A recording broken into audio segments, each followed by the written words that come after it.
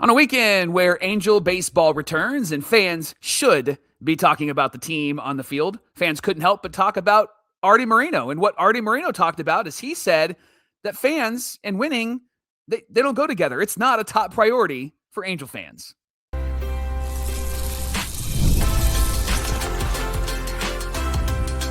You are Locked On Angels, your daily Los Angeles Angels podcast. Part of the Locked On Podcast Network, your team every day. Thanks for making Locked On Angels your first listen of the day. Part of the Locked On Podcast Network, where it's your team every day. And the #1 sports podcast network in all the land. Today's show is brought to you by our friends at FanDuel. You can use your profit boost on an NBA future bet and get entered for your chance to win a trip to the NBA Finals. Play your game with FanDuel, the official sports betting partner of the NBA. Happy Monday to you, and thanks for being here for this episode of Locked On Angels. You've got the Frisch brothers here with you, a.k.a. the Super Halo Bros. My name is John, and that's my brother Mike. And my name is Mike, and that's my brother John. Hey, we're talking about your favorite baseball team 5 days a week, Monday through Friday, every single weekday. Hoping you leave here a more informed Angels fan, a smarter Angels fan, and you feel good about your knowledge of the team once you're done here at Locked On Angels. We're entering our 5th season as the host of Locked On Angels, so exciting stuff there. Got a lot to get to, and we had a lot of messages over the weekend of I can't wait to hear what the Halo Bros have to say about what Artie said on Friday. But before we get there, we've got everything you need to know from the Angels' first 2 spring training games, including Mike Trout's return to center field. How did Alek Manoah do in his first start? And did Angel fans hit the panic button after the 15-2 loss to the Dodgers? They most certainly did, but we'll talk about all of that and everything you need to know from the weekend. But first, we heard from Arte Moreno. Mike, what he had to say was not great, was it? No, wasn't great. You know, you and I've talked about, hey, we'd love for the Angels to be a bit more communicative with Angel fans, talk a little bit more. You know what? I take it all back. I take it all back. I want to hear it. You want to hear from anybody. Don't talk. Just let us watch the team. I don't care what you're doing now, because when you open your mouth, it's dumb. That's what happens. Talk about saying the quiet part out loud, right? Like that's the definition of this. Let's talk about it. Yeah, already spoke to a group of reporters. Jeff Fletcher of the OC Register was one of those reporters. Now, he did speak about broadcasting games and the plan for that. He said the Angels will be on TV, but it hasn't been easy to at least figure that out. He said a lot of teams have gone to MLB, and I haven't done that. Then he said, I'm not telling you I won't do it. We're still working on it. Moreno added that they will know where they're going to be at in the next 5 to 7 days. All right. That was about, 3 days ago? So 2 to 4 days. We're counting down here. We better have some sort of announcement this week. Now, regarding the sale of the team, of course, that's a question that comes up every time Arte Moreno gets in front of reporters. Now more than ever. Yeah. I'm not shopping the team, Moreno said, but there's a lot of people wanting to buy a baseball team right now. He said, I love being an owner. I've always liked being an owner. It's just, you get into that age. And then he kind of trailed off and he said, I've got a big birthday this year. I can't believe I made it. He'll be 80 years old this year, Michael. But the thing that had everybody talking was what, Michael? Yeah, the #1 thing that Artie said that made everybody mad was this. He said, the #1 thing that Angel fans want is affordability. They want affordability. They want safety. And they want a good experience when they come to the ballpark. Believe it or not, winning is not in their top 5. Mm-hmm. Okay. And this is supposedly coming from fan surveys that have been given out, which John, nobody can seem to track down what fan survey he's talking about. But right. I have a lot of thoughts on this, but let's give all the details here. He did mention that he was referencing surveys, fan surveys. He said the moms want to be able to afford to bring their kids. Moms make up about 80% of the decisions. What? Leave it to Beaver 1950s nonsense is the moms make all the family decisions. What are you talking about? Yeah. He said they want to be able to bring their kids and be affordable, and they want safety, and they want to have a good experience. So they get all of the entertainment stuff or whatever. The purist, it's just straight winning. And then when asked what his top priority is, Moreno said, for me, I've always wanted to win. It's just, what's the cost of winning right now? Yeah, I had to laugh because elsewhere in the article, Artie was talking about, he was talking about player development and how that's an important aspect, which is a good thing. Yeah. But then he also said, how many players do you need to add that you're paying 15 to 20 million per year for 3 years to 5 years to make this team a winning ball club. And it's like 15 to 20 million ain't going to cut it for any winning players to come. Gee, Wally. Gee, Dad. Gee, Mom. Can we go to the Entertaining Angels? Yeah. Wasn't that Newsboy song, Entertaining Angels? That's what it should be. The Entertaining Angels. Yes. There's a Christian church boy reference for you right there. John, Sam Blum of The Athletic received word from the new head of the Baseball Players Association, Bruce Meyer, that he met with the Angels players. He said, let's just say the players took notice of it. That quote came after that meeting with the players on Sunday. And he said, we took notice of it too. Now, bottom line, players are competitors. They grew up competing every day. They go out and they try their hardest to win every single day. And players want to see owners doing the same thing. Saying all the things that we needed to have said out loud, and maybe this will be the problem. John, I have thoughts about this, so I'm going to give them my thoughts first. You know what this is like? Many of our everydayers know in my real life, I'm a pastor at a church. Artie saying what he said is like if I said, well, for people who go to church, the resurrection is nice, but what they really want is to check in their kids really fast. That's the most important thing. And then that other resurrection stuff, like we'll get to that. The whole Easter story. Yes. Yeah. Right. I mean, that's how ridiculous this is. And you and I have been surveyed before. We've walked into the stadium. They've asked us questions, right? And those questions are directed questions. They're trying to find out something. They're trying to get you to say something. And when the surveys get sent out, with an understanding, like we're trying to get you to say certain things, or we're trying to understand.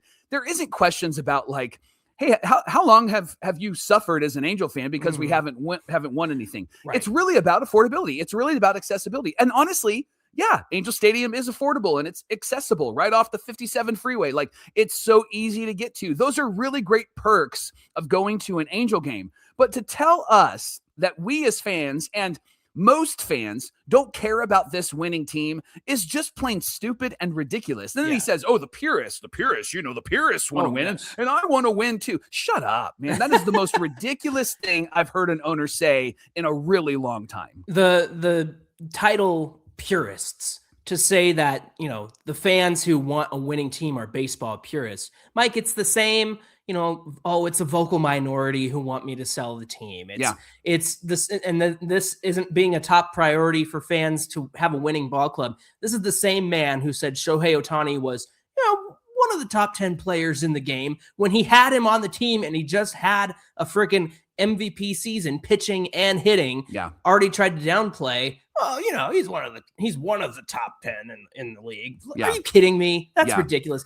Here's the thing. Nobody can seem to find these surveys. Right. Sam Blum of The Athletic can't find it. None of the season ticket holders said that their, end of season surveys have anything about prioritizing a winning ball club. It's all about the experience. And we have said this before on the show, but I think it's kind of true. Going back to the 2000s when the Angels had winning teams, there's a vibe in Orange County where it's like, hey, what do you want to do tonight? You want to go to a game? Yep. So of course there's casual fans. Of course that's part of it. But if you are a baseball team not doing everything you can to be competitive, no wonder they hammer home the talking point of, we want to be competitive. We want to do this. We want to do that. We want to be competitive. They just hit us over the head with that word competitive constantly, when we can look at the math and we can look at the roster and go, that's not going to compete. You're not going to get a playoff with that team. That's the frustrating part. And that Arte Moreno just opened the door for the players union to use this exact quote during CBA negotiations so that they can go, look, here's a team owner who says that winning isn't a priority for fans. It's not a top 5 priority. What does that say about ownerships? Other owners are not going to be very happy about that either, Mike. No, they're not. And the question I'm just going to keep asking now is this enough? Is this the line? Can we now have somebody have a conversation with Arte Moreno and go, bro, you're going to be 80 and you're not really prioritizing winning, and you're saying it's the fans that don't want to win. Yeah. Is this enough, Rob Manfred? Right. Is this enough baseball? Is this the line in the sand? Right. Yeah, because it's ridiculous. And as soon as I heard it, it was like, oh boy, like the people are going to go nuts. And I know You that open there's the all sorts of floodgates already. right. There's all sorts of responses to this. What this tells me, John, is that we're really very powerless as fans. And people will say, well, if we boycott, if we don't go, I get those fans and I understand the sentiment. The reality is Artie doesn't care because it's the narrative that he has created, and it's the narrative that he believes, and it's the narrative that he is going to keep throwing out there. And you just listed it. It's gotten worse and worse every time he opens his mouth. This guy does not live in the reality of baseball. He doesn't live in the real world of how sports work. He doesn't live there. And then to say that he was this brilliant advertising guy when he was younger, I call bullcrap on that because, I mean, for somebody to say what he said about his team, like, this is outrageous that he would say that out loud. The Angel fans, they don't care. What you did is you took a fan base that loves this team, and you said, well, they don't want to win. They don't want me to win. Why would I prioritize? Because they told me that. You blamed it on us. Yeah, they told me they don't care. Yes, you blamed it on the real fans. You blamed it on everydayers. You blamed it on those that were there in the 60s and the 70s and the 80s and the 90s, and you were there even when they aren't good. We're there, and you blamed it on us. Yeah, it almost feels like he's felt the pressure or the blame of fans and not really liking him and wanting him to sell, and obviously trying to poo-poo that and dismiss that. This almost felt like his shot back. Like, well, the fans really don't want to win around here, and that's why we don't do that. They want affordability. Moms make all the decisions in the family. That's really what it felt. It felt like, dude, you are 80. You are 80 because your mindset is back 80 years ago and not in 2026. Man, the line about like the vocal minority, and I know the pushback here is like, well, yeah, the casual fans don't care.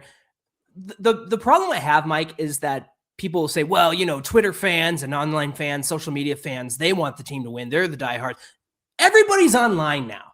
Everybody's on social media. There's no such thing as too diehard of a fan just because you have a Twitter account, just because you have an Instagram account. Everybody's online. We're all fans that want to see this team win. It frustrates me that like we're some sort of small space. Yeah, people come here 5 days a week because they love this team. Yes, and my kids are casuals. They are not diehard Angel fans. It's on. They'll walk by. We're losing again, and they'll go, or whoa, we're winning. That's amazing. When we go to a game, my kids are not like, man, I really hope we lose this game, or I don't really care. Like when we go, they're up and they're excited in the ninth inning if it's a close game. They are thrilled when the Angels win. And then they walk away and go, I can't believe we lost that game. Like that was so frustrating. And then when we go to another game, the narrative in my house with my 3 casual kids and casual fans who are my kids, they'll go, well, are they going to win this time? Because last time they didn't win, right? Yeah. Like, so to say that even the casuals don't care, I call bullcrap on that too. I think when fans go there, they're not looking for the Angels to lose unless they're a fan of a different team. Game 1 of the ALDS, I was there for it. I saw the Angels versus the Royals. I was excited. My first playoff game I had ever been to was 2014, and there wasn't an empty seat in the house, Mike. No. So tell all those fans that winning doesn't matter. Tell all those fans that priority number 6 on their list is a winning ball club. You can't do it. And look, it's the old phrase, if you build it, he will come. They will come to the stadium to watch a winning ball club. I cannot understand how the mantra of you got to spend money to make money is just totally over the head of Arte Moreno and John Carpino and that front office. Now, we've seen a lot of our fellow Angels content creators talking Halos, inside Halos. They've been making their own surveys about the fans' priorities, which I love. We're going to do things a little bit differently, Mike, aren't we? Yeah, we're going to invite you to call our voicemail line. Yep. And the number's on the screen. If you're on the audio side, you can find it in the show notes, but it's 714-409-6396, 714-409-6396. 96. We're going to ask you to leave a message, and we want you to leave the message and address Arte Moreno and address the front office. If you can keep it to 30 seconds to a minute, that'd be super helpful. And one other thing, keep it clean and keep it civil. Otherwise, we're not going to be able to share it on our socials and on the show. But we're going to compile all of these voicemails and we're going to share them across social media first. We would love to hear from you. Address Arte Moreno, address the front office, address these comments that he made and respond to that. Again, keep it clean, keep it civil, focus it on baseball. And if you throw in a sell the team, that's really helpful. So do that for us. That'd be great. Well, look, this is how we're going to use our platform because people rely on us to, bring them what they need to know about this team. So this is how we're going to handle it. We want to hear from you and we want to give you the platform to share your displeasure with these comments about winning not being a top 5 priority for us Angel fans. Thanks for making Locked On Angels your first listen of the day. Coming up, we got all the takeaways and everything you need to know from the Angels' first 2 games down in Tempe, Arizona. We'll talk about that coming right up.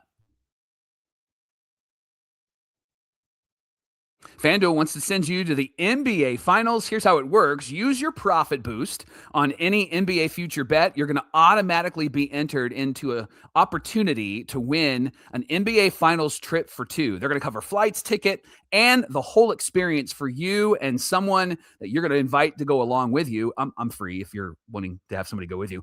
If you're already looking at the big board and thinking about which team can make a deep run in the NBA playoffs, now's the perfect time to lock that in. And not only that, you can actually win a trip to the finals. Visit FanDuel.com to get started. Use that profit boost on an NBA future bet and get entered for a chance to win a trip to the NBA Finals for 2. Play your game with FanDuel, the official sports betting partner of the NBA.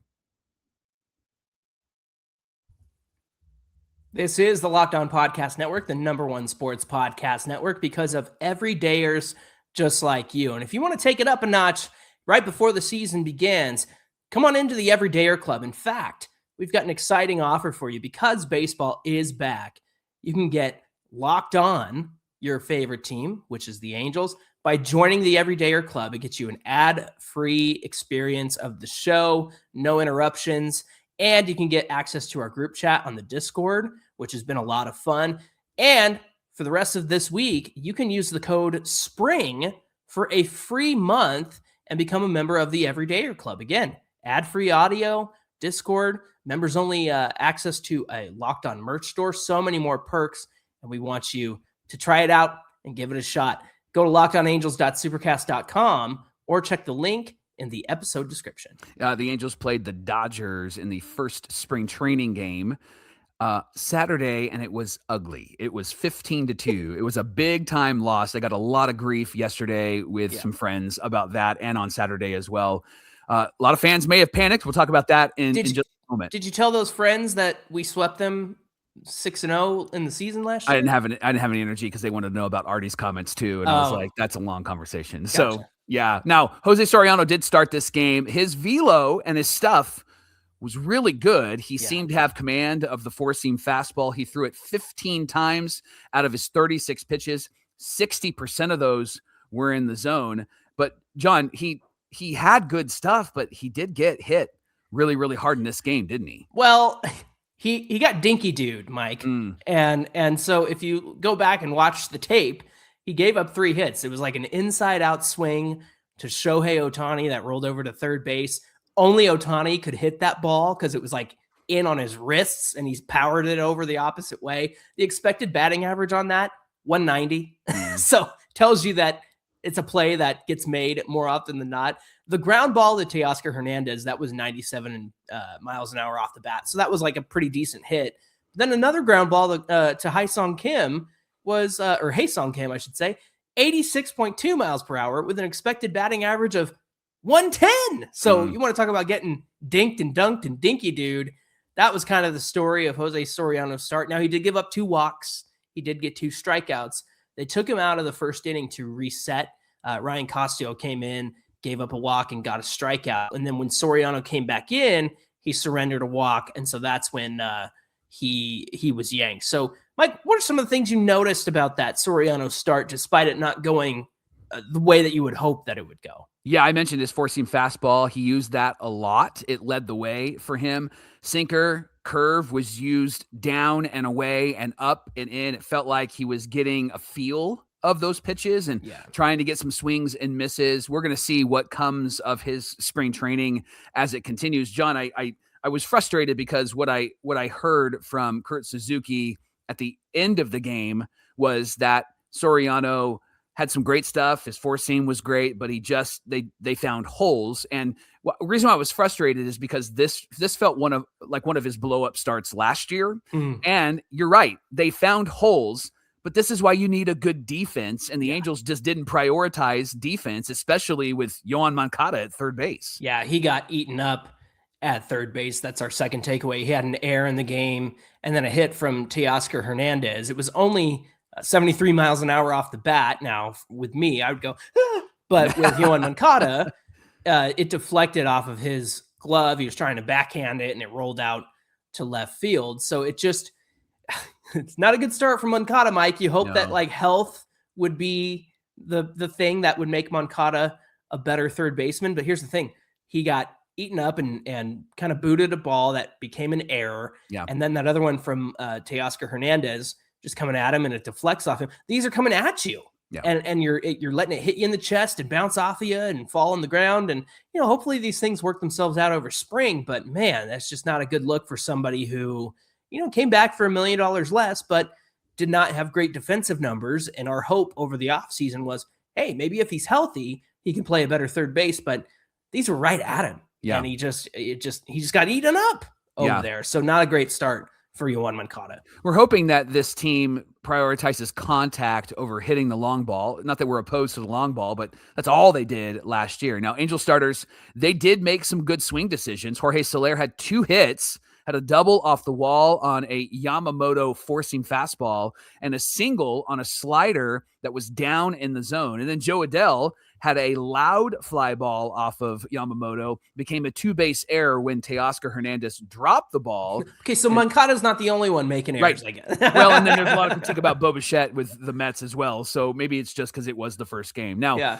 Logan O'Hoppe swung at the first pitch from Yamamoto. It was a sinker down and in. He got a hit on a slider over the plate, and then Christian Moore went the opposite way with a single. That was really great to see. And then Bryce Teodosio, John, was in this game as well, wasn't he? Yeah, he had a loud, it was a fly out, but Mike, it was 103 miles an hour off the bat for Bryce Teodosio, which is hilarious because the hit that he got was a dinky-doo hit to right. So Jose Soriano wasn't the only one getting dinky-dooed.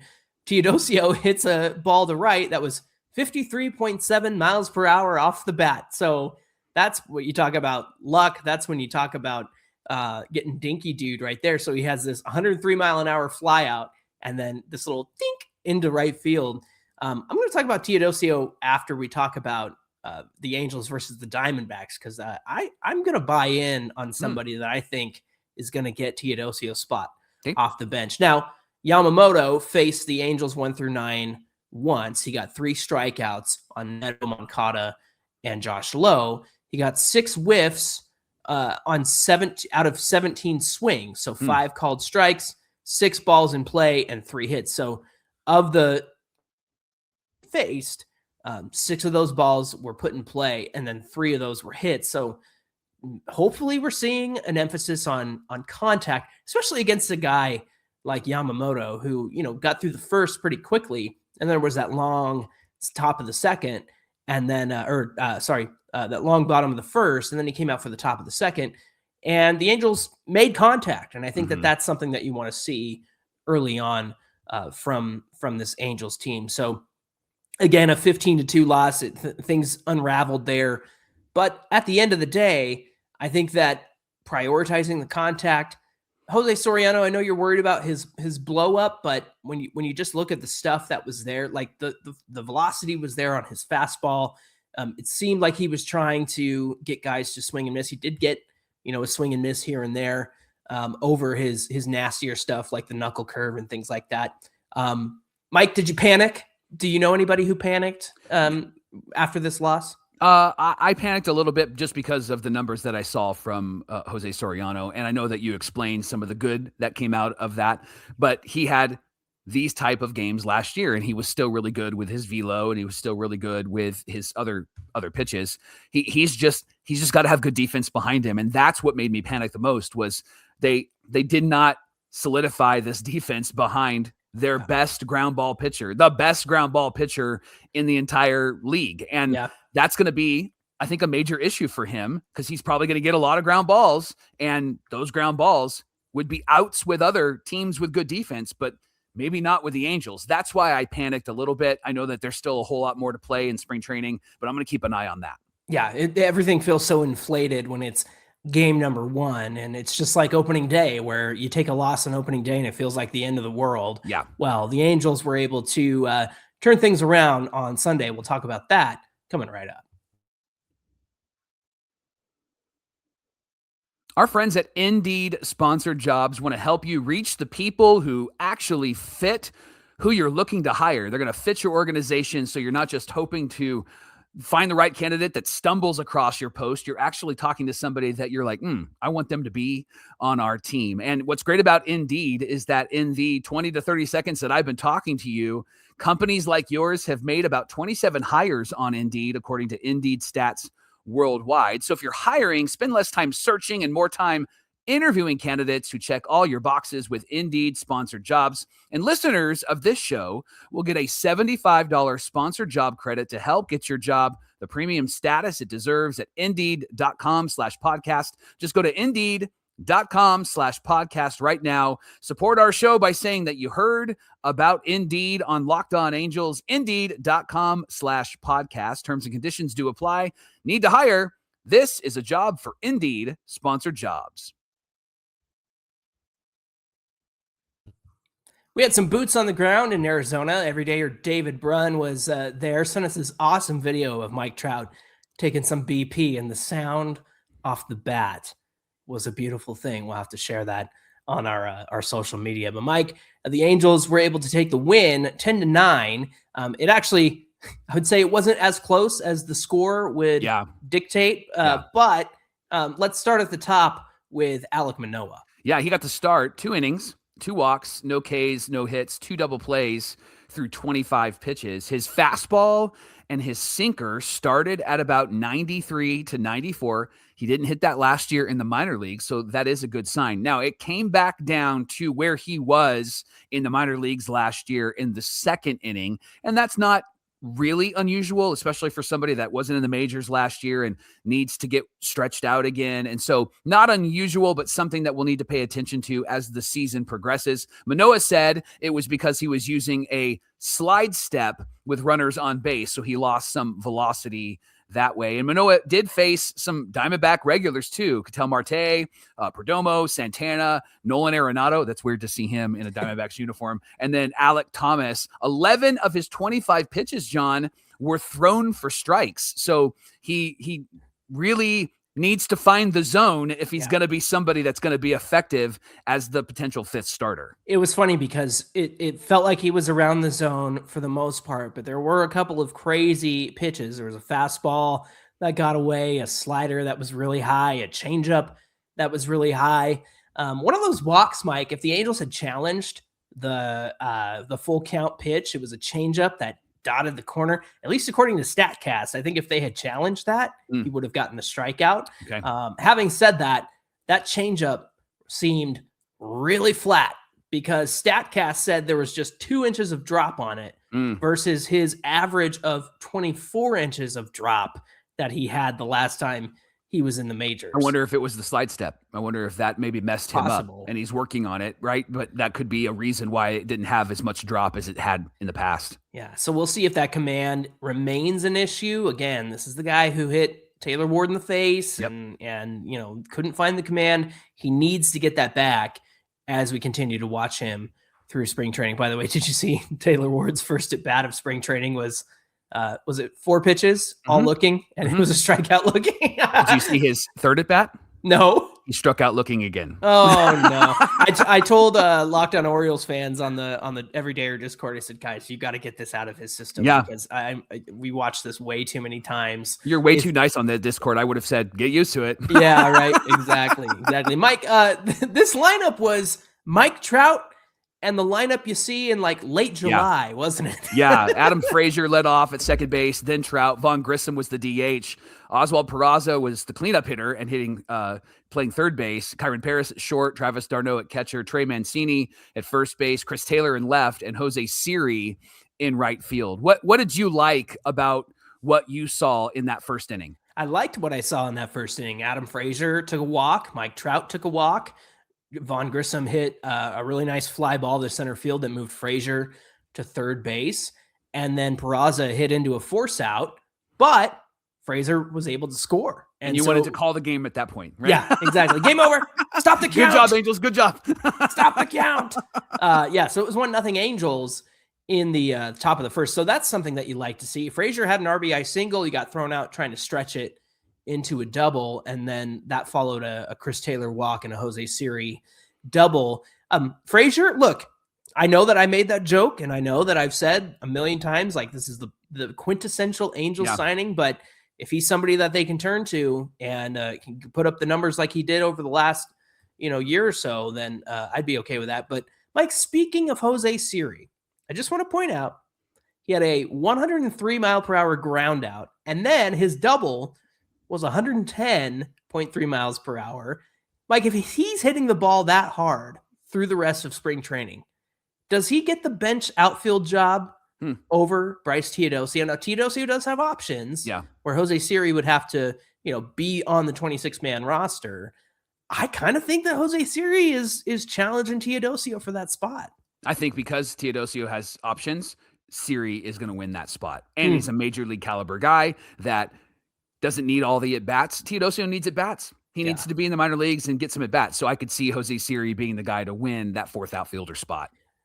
Now, this lineup has kind of had a lot of depth to it. Like, again, you got Frazier, Chris Taylor, Jose Siri, obviously Vaughn Grissom, Kyron Paris. I feel like we're going to see a lot of these guys, but the problem is, Mike, is the 40-man roster moves. They have a lot of guys that they called up, like Caden Dana and Ryan Johnson. Like, you're going to have to make some decisions. In my opinion, I think Oswald Peraza is going to be the first man to be DFA'd if they need to move any of these guys onto the 40-man in the future. Yeah. Oh, for sure. And I think that what they're going to do is anybody with options, they're going to send them to the minor league. So I don't think that we're going to, unless they have a remarkable spring, I don't think we're going to have a Kyron Paris situation this year like we had last year. Yeah, exactly. Mike Trout was back in center field, played 4 innings of center field. He just made one routine play that went out to him. He said that it feels good to be out there again. It's where I feel comfortable. I liked being out there. He went 1 for 1 with a walk before being replaced by Wade Meckler. I like that he was out there. I'm gonna say it, like, the guy looked comfortable, right? Like, I know we were like, hey, got to protect his body and all of those things, but I'm of the philosophy where it's like Mike Trout knows Mike Trout, and dang, he looked really comfortable back out there again. He looked like old Mike Trout at the plate as well. Yeah, exactly. Finally, Mike, the relievers in this one, we got to see Hunter Strickland 1-2-3 inning with a strikeout. So glad he's back. Walbert Urania went 2 innings, gave up an earned run with a strikeout, sitting like 98 to 100 on that fastball. Now, Chase Silseth came in, got 2 strikeouts within the first 4 batters, but couldn't get out of the inning. 6 earned runs charged to him, 30 pitches in total. And then Sam Bachman walked the bases loaded with a K on 33 pitches. He was bailed out by the next reliever who came in. So bummer to see that from Chase Silseth, because he's somebody that you're going to have on the 26-man roster, because he is out of options. So after this weekend, I feel like it's probably wise to just let things play out. This is the first outing for a lot of these guys. In fact, there will still be first outings for a lot of these guys, and that's why spring training takes so long. In fact, by the end of spring training, we're going to be like, is it baseball season already? So look, these are the takeaways. These are the things we want people to know about. Hopefully with things like Chase Silseth and Sam Bachman, they work themselves out. They get more time. They get more comfortable. Like I said with Jose Soriano, I felt like he was really just trying to test out some of those pitches. It's like that conversation we had about Carlos Estevez 3 years ago, where it was like, man, he looks terrible. It was like, yeah, but he's trying stuff. And so I think that's the main takeaway here is these guys are trying stuff. They're getting a feel for pitches. They're trying things out. So hopefully we'll see them settle in, get more comfortable, and really step up on the mound or at the plate this season. Thanks for making Locked On Angels your first listen of the day. Be sure to like and subscribe and follow Locked On Angels to get all of the latest episodes. And if you never miss an episode, the Everydayer Club is built just for you. Get Locked On Angels ad-free, plus members-only Discord access and so much more. And for the next week or so, you can use the promo code SPRING for a free month. Head to lockedonangels.supercast.com to join the club. Hey, be sure you give us a follow on Twitter at Locked On Angels and at Super Halo Bros on Twitter, Instagram, and TikTok. Don't forget, we want to hear from you. Call our voicemail line, 714-409-6396. Address it to Artie. Address it to the front office. Keep it civil. Keep it clean. We want to be able to share these, but we really want to hear from you. Voicemail line, of course, is in the episode description. You can find that there as well. Mike, what happens when we come back on Tuesday? Well, we're going to be excited about all your voicemails. We'll share some of those, but we're also going to continue to share spring training news and takeaways from today's game. So be here as we talk about your favorite team, maybe not your favorite owner, but your favorite team, the Angels. There you go. All right, friends, we hope you'll come back and join us for that. Until then, my name is John, and that's my brother Mike. And my name is Mike, and that's my brother John. All right, all you sickos who love this team and all the everydayers who love to watch and listen, we'll see you back here on Tuesday. Maybe Artie meant we didn't care about winning in spring training. No, that's not what he meant. He didn't say that at all. He's just dumb. We like being the Cactus League champions, don't we?